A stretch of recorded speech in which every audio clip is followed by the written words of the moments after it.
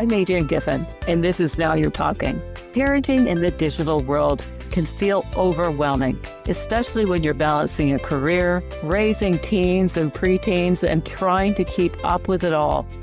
Screens are constant, and sometimes real connection feels out of reach. This podcast is your chance to pause and breathe, a space for stories and insights that bring encouragement, perspective, and the reminder that you are not alone. Today, we're joined by someone who has dedicated more than 2 decades to helping parents and teens strengthen the bonds that matter most. Susan Caso is a therapist, author, and mother who wrote The Preteen Connection: How to Build Lifelong Family Relationships. Her work is rooted in emotional transparency, everyday moments of connection, and the belief that belonging at home is one of the strongest protective factors we can offer our kids. In a world shaped by digital influence, constant comparison, and the pressure to get parenting right, Susan brings us back to what truly matters: small shifts, honest conversations, and modeling the behavior we hope to see. Together, we explore what it means to parent with vulnerability, to connect through the teenage years, and to create a home where everyone feels seen, heard, and welcomed. This conversation is rich with wisdom, practical guidance, and gentle reminders that perfection isn't the goal, connection is. Let the conversations begin.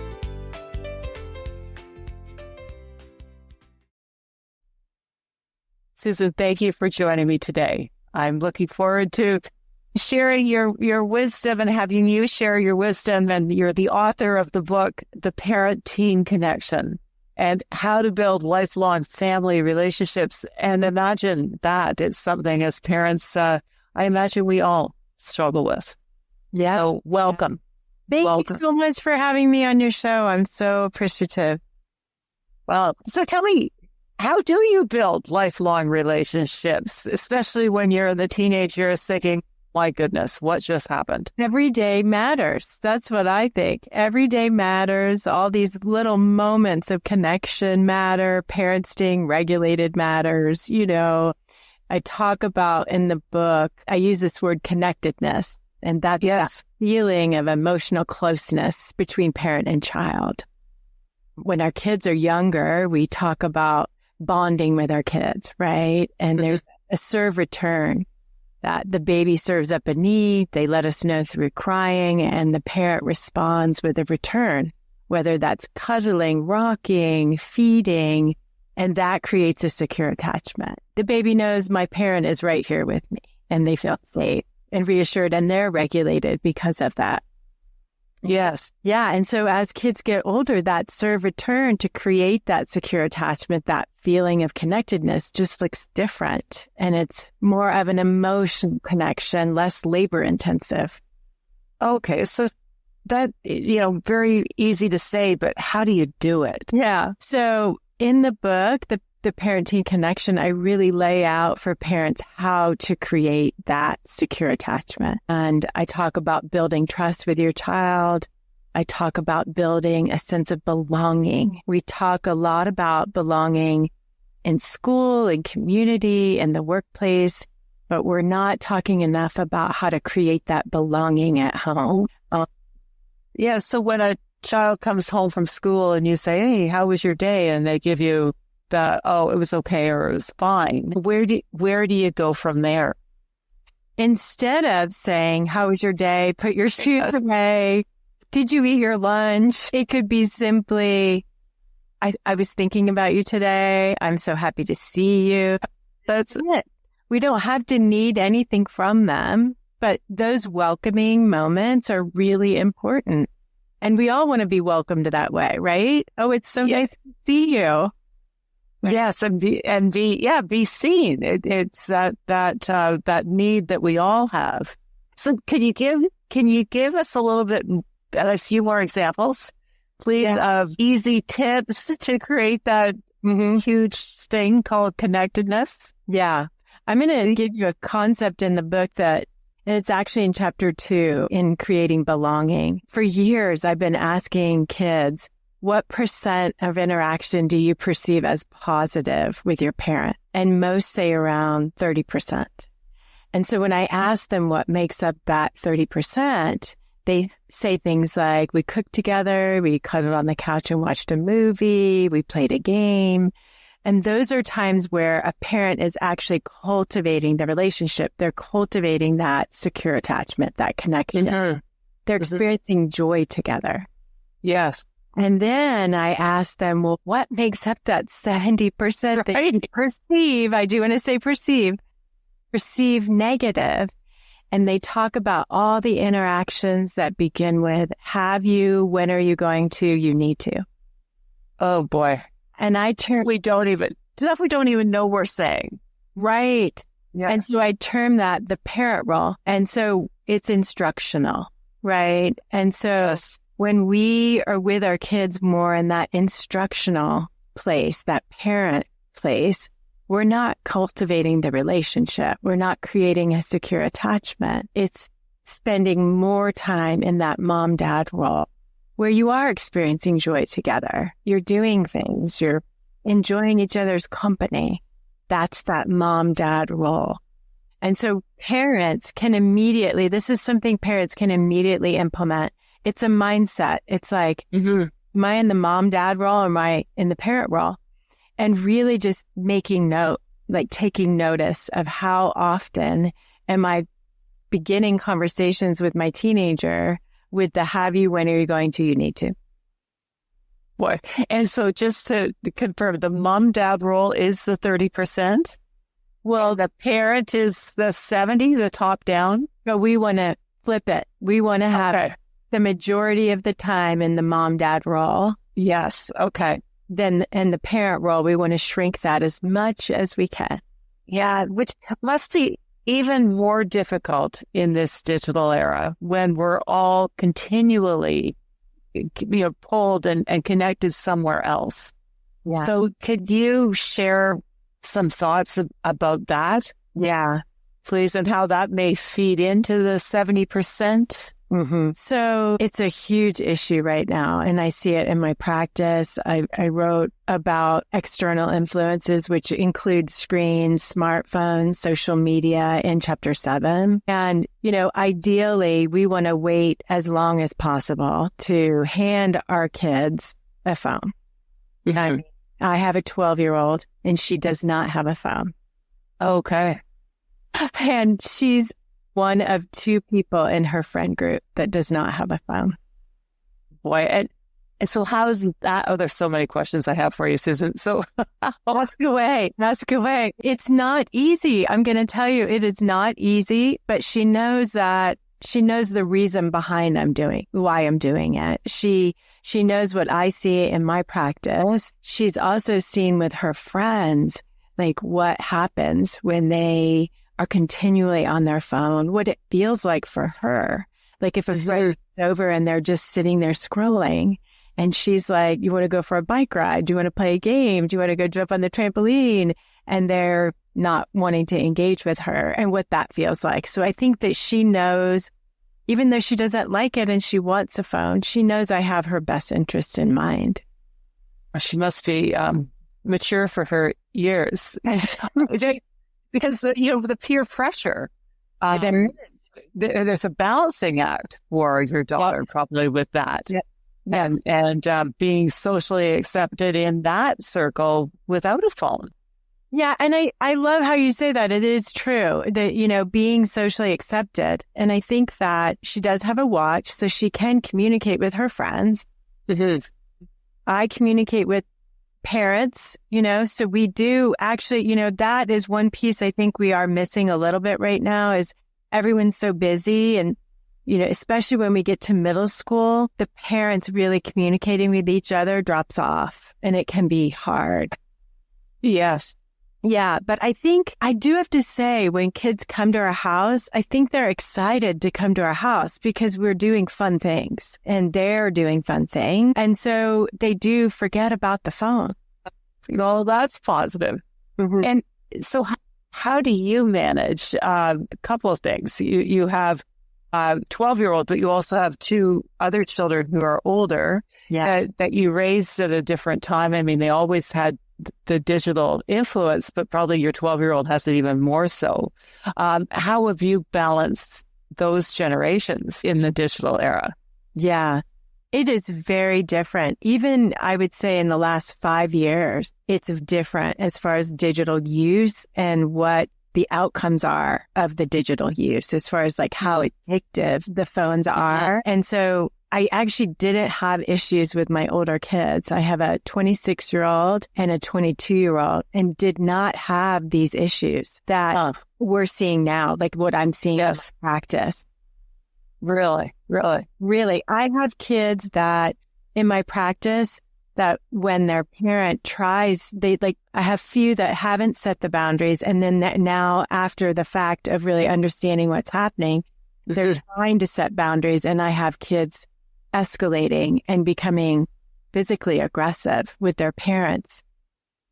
Boy, there is that addictive piece that they really need and want that phone. And in your practice, are you working with children or the kids and the parents? Yes.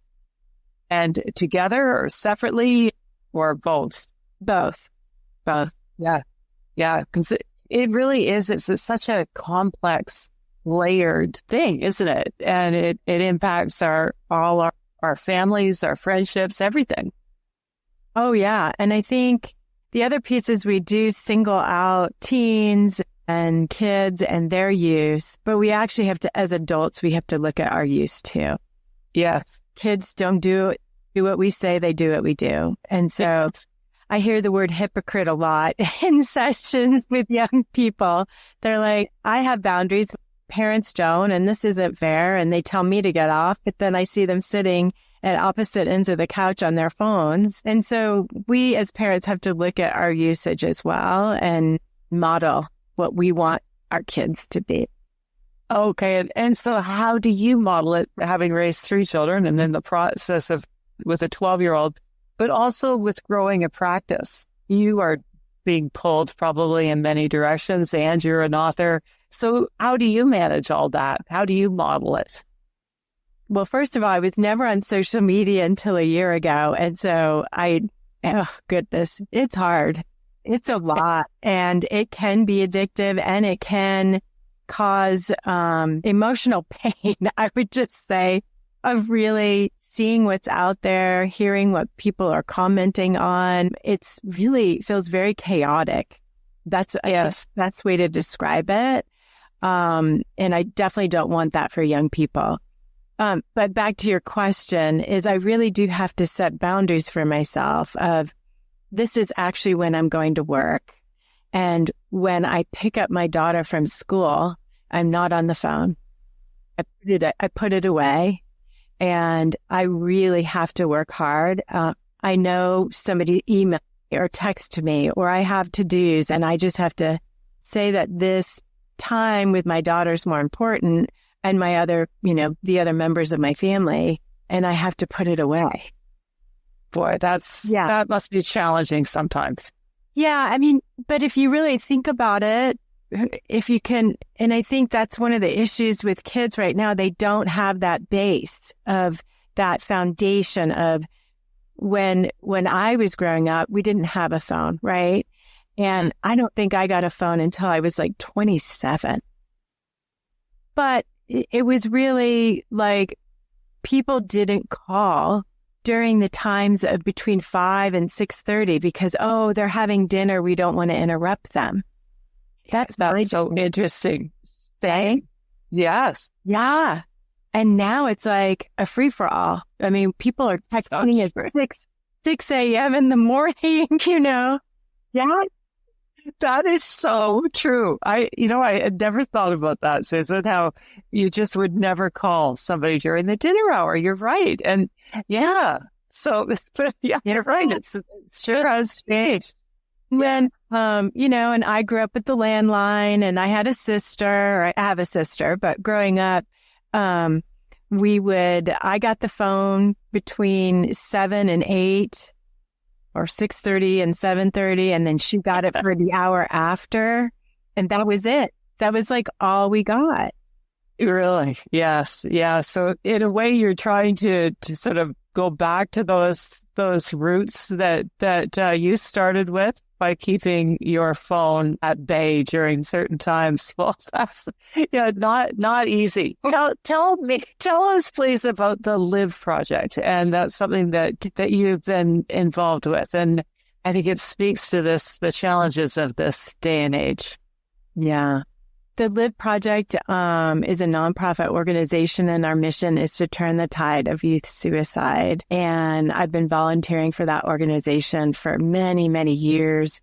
Mm-hmm. We have a film that's called My Sister Live. We also have a game that's called The Game That Goes There. Mm-hmm. And, we work nationwide to try to help people have fearless conversations around the subject of mental health and suicide. Mm-hmm.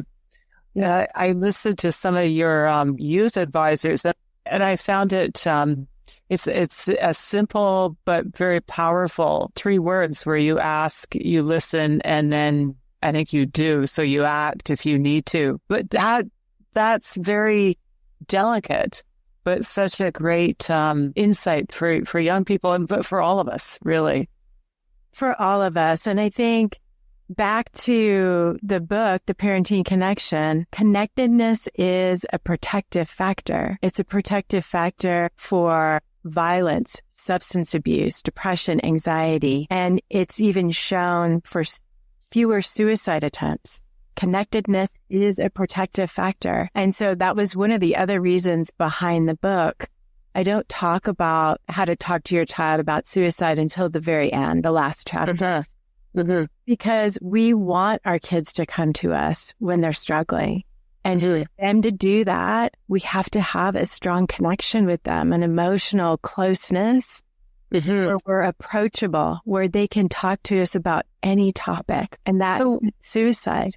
Yes. So where does our vulnerability come into it to creating a sense of connectedness?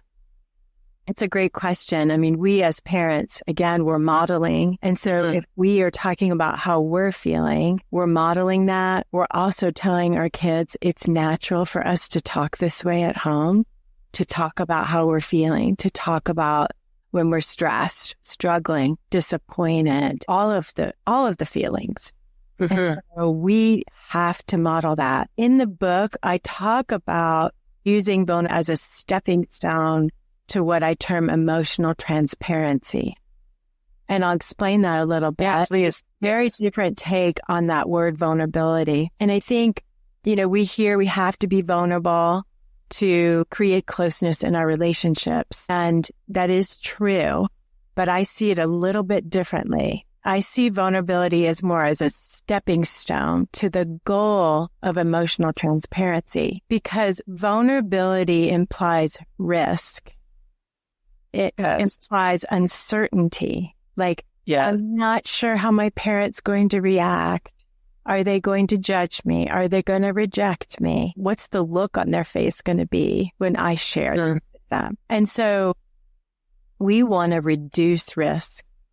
And so when you sense your child is in that place, vulnerable, that's a moment to lean in and say, hey, I notice you look apprehensive about sharing something with me. I'm here to listen to anything you want to share whenever you want to share it.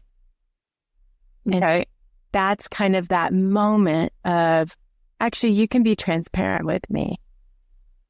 The more that you do that, the less vulnerable, the less at risk they feel. Okay. So you're reaching out, and because you're noticing, which again is so key to a shift in behavior maybe, or something just feels a little different or off. Yeah. You notice a shift but you voice it. Right. You're attuned. That's attunement.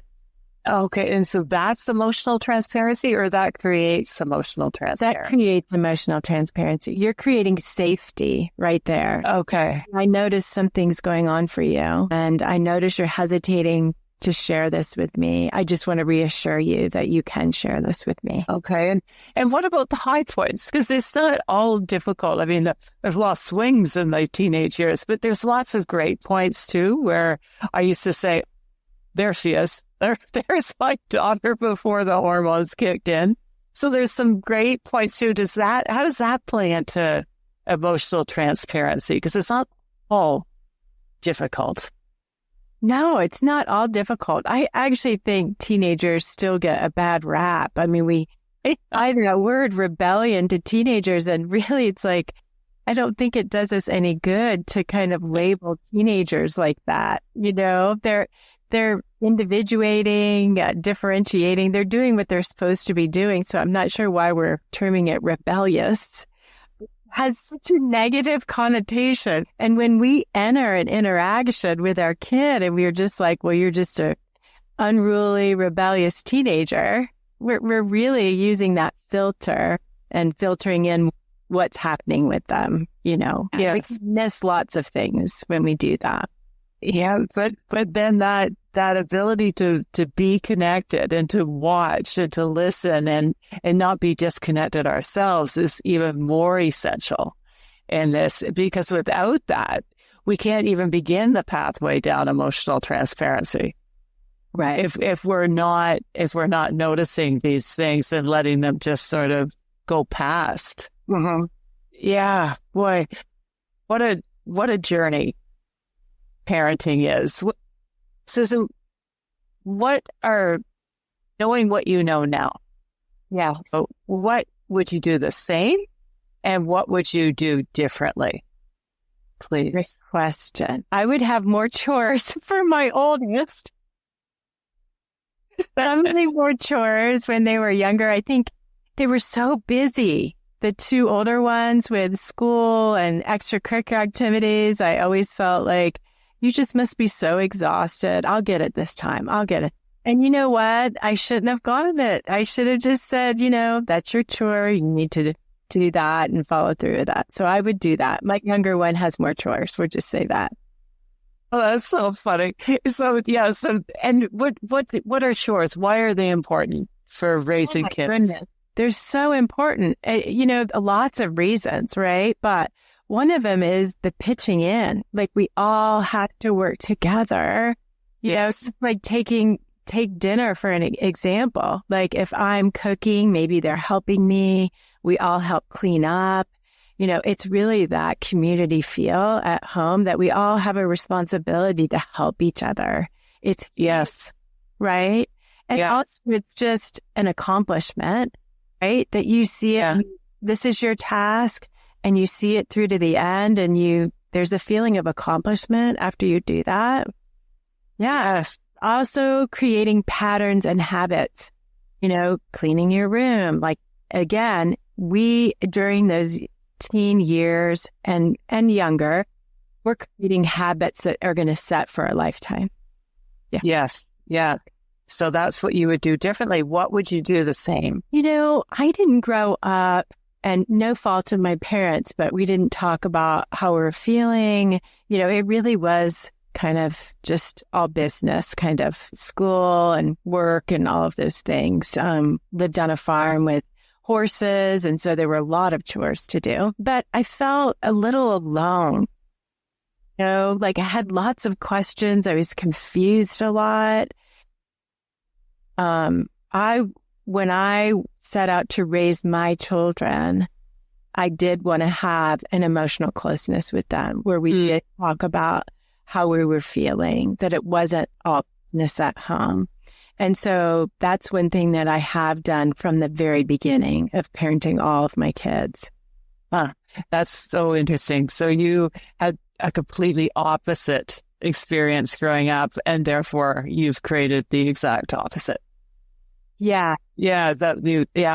So can we go back to the 70-30? Sure. Because I think that's such a valuable concept.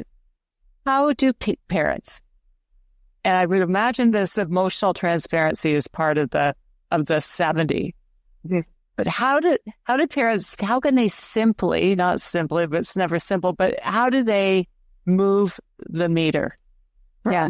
from 30 to 50 even, or to 60. But so just some words of wisdom for that, please. It's a great question. And I work with families in doing just that. And it's really also about being transparent with your child that I want to do things differently. I see. And letting them know, you know what? I feel like we're always talking about, did you do your homework? Have you done your chores? At school, all of those things. And I would like to do more of this fun stuff that we do together. And yes, what can we put in place so I don't have to keep saying, did you get your homework done today? Those kinds of things. And so like even with my own 12-year-old, and I'm just using the homework part as an example. Yes. We meet together for 5 minutes, 10 minutes on Tuesdays and Fridays to talk about homework. The rest of the time, I don't talk about it. I don't ask about it. She knows that she can come to me if she needs help with studying or her dad as well. But I'm not constantly asking. We as parents repeat ourselves a lot. Believe me, I have been one of those parents. Me too. Did you what you were going to? For sure. And so really trying to, like, when I really stepped back there, I was like, oh my God, how many times have I said this today? Right? Wow. Yes. Just kind of stopping, repeating ourselves. So back to your question, putting things in place. Yes. Well, it's like pardon?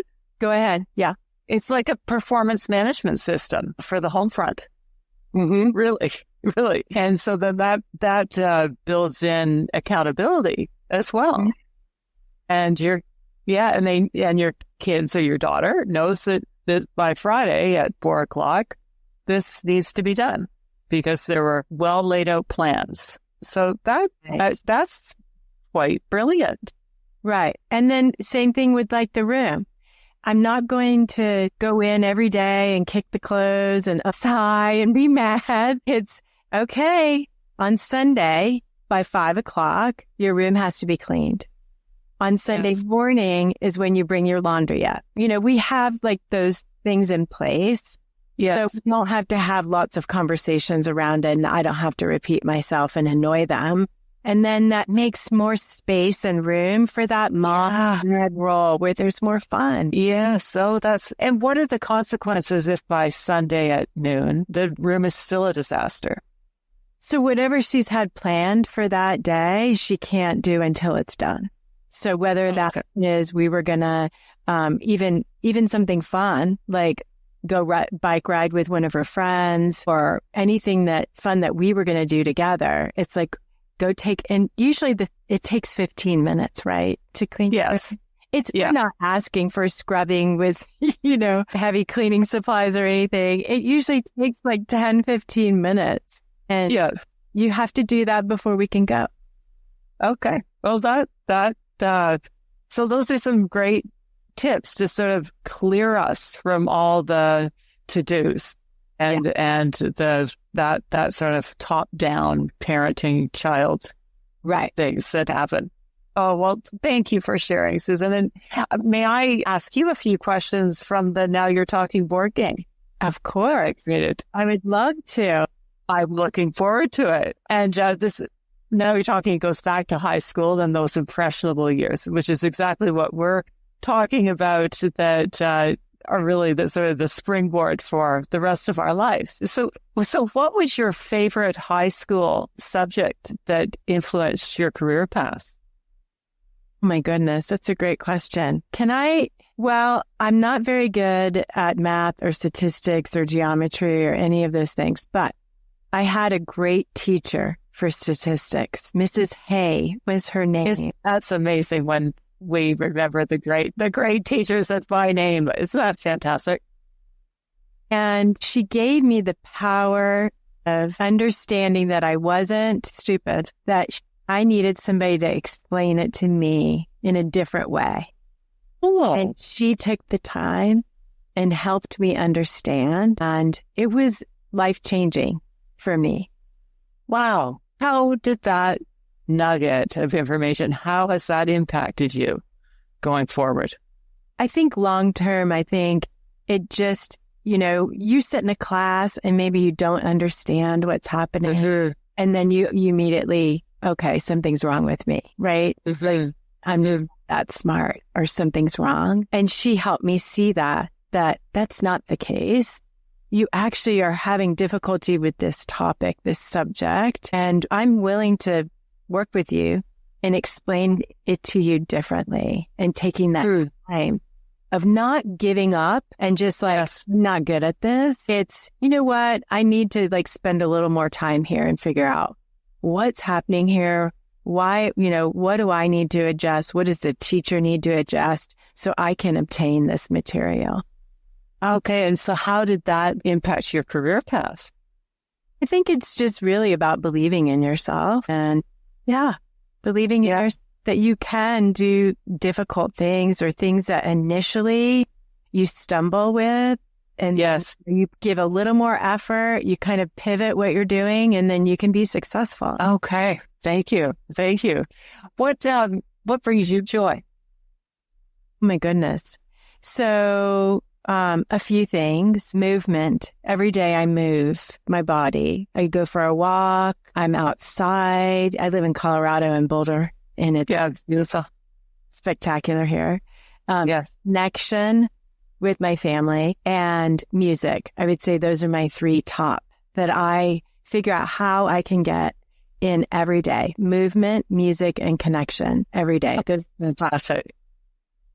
Wonderful. Thank you. And if you could finish this sentence, if I could do anything, I would. Oh my gosh, that's a good If I could do anything right now, I would give these books away to parents all over the world, parents that maybe didn't grow up with a secure attachment with parents that are really wondering, how do I do that? Yes. Yeah. Outlines it for them. Yeah. Well, we'll make sure, Susan, that the links go in the show notes. And so, in fact, by being on this podcast, you have the power of giving your book to parents from all over the world when they listen to this. So I hope for that too. I find that a very powerful, that 70-30. And it's caused me really to sit back and think about that and think about how I fed into that 70 every day. Mm-hmm. But I didn't know even how really, or even, how to feed the 30. Yeah. Feed the 30. Yes. Yeah. But it comes with awareness. And so your book provides that level of awareness. Awareness creates choice. When we have awareness, we're at a crossroads and we can make the choice. Yes. How we move forward differently. Yes. Yeah. And what a wonderful message to give to our kids too. Mm-hmm. That we all have the opportunity to see things differently. But that is also a choice, and to react differently, which is also a choice. Right. So by modeling that as parents, I'm just going to ask you one more question. How does who you are in the world compare with who your parents wanted you to be? Oh my gosh, these are such great questions. I love these. Given what you said already, I'm really interested to hear this answer. Oh my gosh. I don't even know what to say. I'm not sure. I wish they were here. I could turn to them and ask them this question because I bet my answer is different than their answer, right? Yeah. This is what I'm thinking that they wanted from me. Yes. It could be not what they wanted. Yeah, that's so true. Yeah, we conjure up these beliefs, but they're really not what people believe, our parents believe in us. But we take that on as our truth. Well, I know. I call that in the book the second conversation. The second conversation is the conversation that's going on in our head all the time. That's how we feel and how we think about ourselves and what we also think the other person thinks and feels about us. Yes. Yeah. Yeah. All from what people have said, our experiences. How does who you are in the world compare with who your parents wanted you to be? Such a great question. I don't know. I think they're pretty happy with how things have turned out. I do. I think they know how much I care about people, how much I, am thoughtful about how I am with my family, how much I volunteer and give back. So I feel like they're happy. Yeah, right. When we hang up, I'm going to call them and ask them that question. That's great. Oh, well, thank you very much for being such a good sport. And I know it's not easy to answer these questions without knowing what the questions are going to be. So thank you for that. So words of wisdom. Yeah. What are some words of wisdom that you can share with parents today? Parents that may have kids that are younger than yours that are struggling. They just don't know what to do with all the choices they're given. Yeah. And there are a lot of choices out there. There's a lot of noise about what you should and shouldn't do. And I feel bad for parents with that in mind. I think the biggest thing I would say is that you do not have to be a perfect parent at all. And please do not put that pressure on yourself. Is that the connection is what's most important between you and your child. And that is daily just making times to connect with your child, looking them in the eye. How are you? How are you doing today? And being interested in them. Yeah. Yes. Yeah. And that even the smallest shifts can be life-changing for a child. Just what we're talking about, that parent-child, or the mom-dad versus the parent role. If you just shift that a little bit. Yeah. That to, I'm in the mom-dad role 50% of the time. And edging that up, you're going to see a difference in your relationship with your child.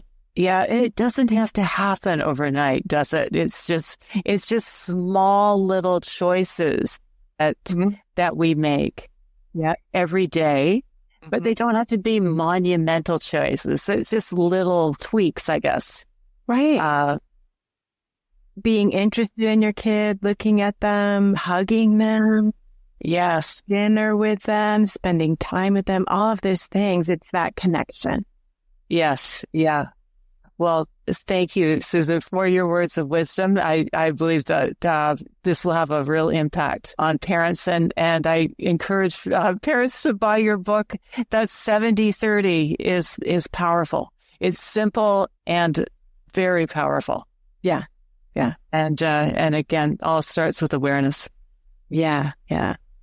So thank you. I so appreciate it. Love talking with you.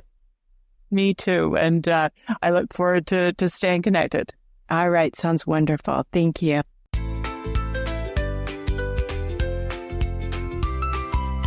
What an incredible conversation with Susan Caso. Her work is such an important reminder that parenting isn't about control. It's about connection. It's the little moments, the honest check-ins, the emotional transparency, and the willingness to show up as human, not perfect. Susan's message lands deeply. Awareness creates choice. And those choices, how we listen, how we model behavior, how we create belonging at home, shape the lifelong relationships we build with our kids. If Susan's insights resonated with you, be sure to check out her book, The Parenting Teen Connection, available now at Amazon and Barnes & Noble. You can also learn more about her work in mental health advocacy through the LIVE Project and Boulder Family Counseling. Thank you for being here, for caring about connection, and for choosing to show up with intention for your family. Share, rate, and review this podcast. You've been listening to Now You're Talking. Parenting with a busy career while guiding kids through the lure of screens isn't easy, but meaningful connection is always worth it. Take a moment to start a conversation with someone you care about. It could be the highlight of their day. Until next time, let the conversations begin. Now you're talking.